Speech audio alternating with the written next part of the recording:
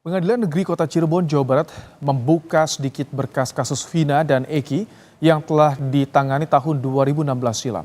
Saat itu, ada 8 terdakwa yang ditangani dengan 3 berkas berbeda.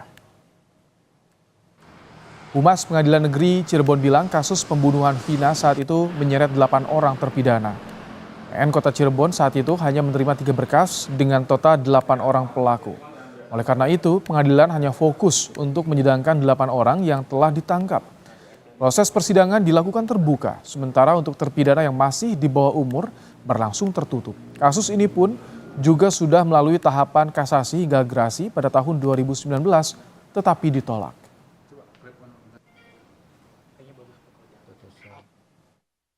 Mengenai putusan yang Vina dan Eki ya, Nah itu ada 3 berkas. Mereka semua sudah mengajukan kasasi, yaitu upaya hukum sampai ke gerasi tahun 2019. Hasilnya? Saya belum nggak bisa, seperti 7 terdakwa ya, 7 terpidana itu ya. Ya, semuanya yang diponis seumur hidup. Tuh. Hasilnya gerasi itu? Gerasi ditolak.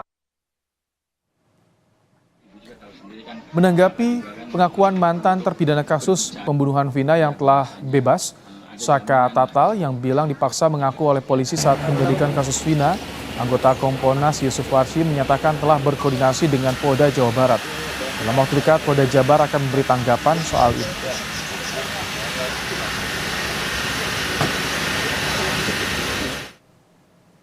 Polda Jabar pada saat ini sedang mempersiapkan klarifikasinya. Ya, kita berharap nanti klarifikasinya komprehensif, yang bisa memberikan klarifikasi bagaimana penanganan kasus tersebut di Polresta Cirebon sampai ada pelimpahan di Polda Jabar, termasuk terkait dengan adanya penjelasan bahwa dipaksa mengaku, apakah pada waktu itu ada pengaduan ke Propam. Nanti akan terlihat di sana kalau memang ada bagaimana tindak lanjutnya. Sebelumnya, Saka Tatal, mantan terpidana kasus Vina yang telah bebas mencari perlindungan di rumah kuasa hukum setelah mengaku tidak nyaman dan terganggu karena banyak pihak yang mendatangi rumahnya. Saka ingin namanya bersih karena merasa tidak bersalah.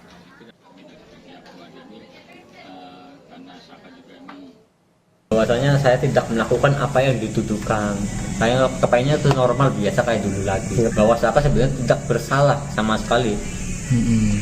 Terus juga banyak tekanan juga kok dari oknum-oknum polisi waktu itu. Akhirnya terpaksa mengakui. Di malam kejadian malam minggu itu juga Saka tidak tahu menahu. Saka posisi ada di rumah.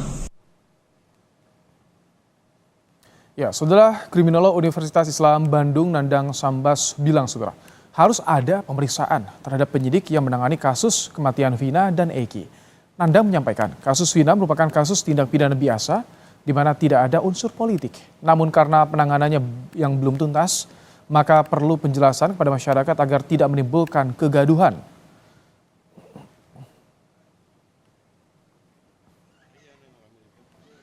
Itu ada yang 3 orang yang menurut juga pengakuan para saksi. Nah, ini harus diungkap. Saya pernah mengatakan coba periksa penyidik yang awal menangani ini.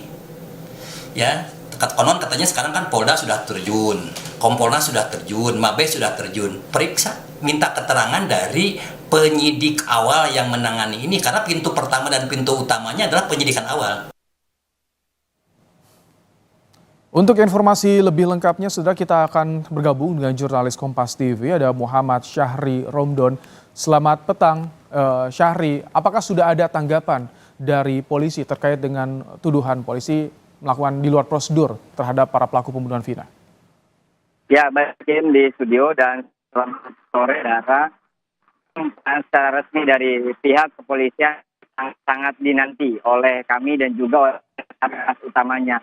Karena sejak awal kembali ini dan menjadi banyak perhatian banyak pihak, banyak menanti bagaimana tanggapan resmi dari pihak kepolisian.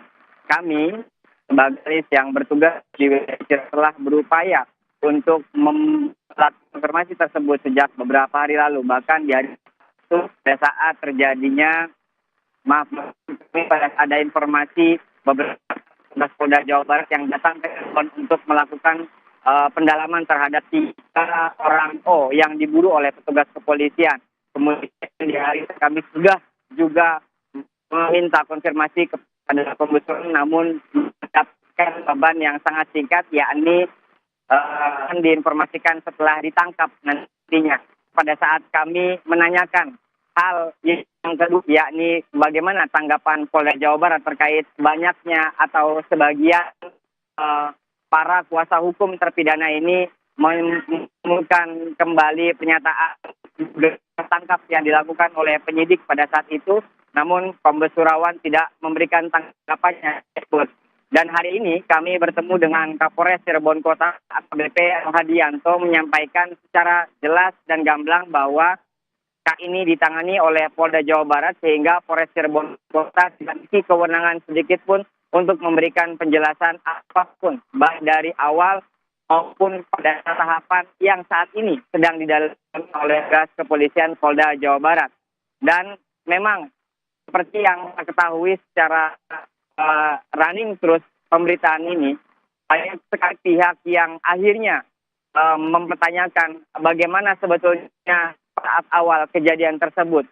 Apakah memang yang terus diceritakan bahwa memang ini adalah terjadi melibatkan TKP tepat di belakang saya di Jembatan Layang, ataukah memang ternyata kejadian yang merupakan kecelakaan lalu lintas seperti disampaikan kuasa hukum dari beberapa partai ini.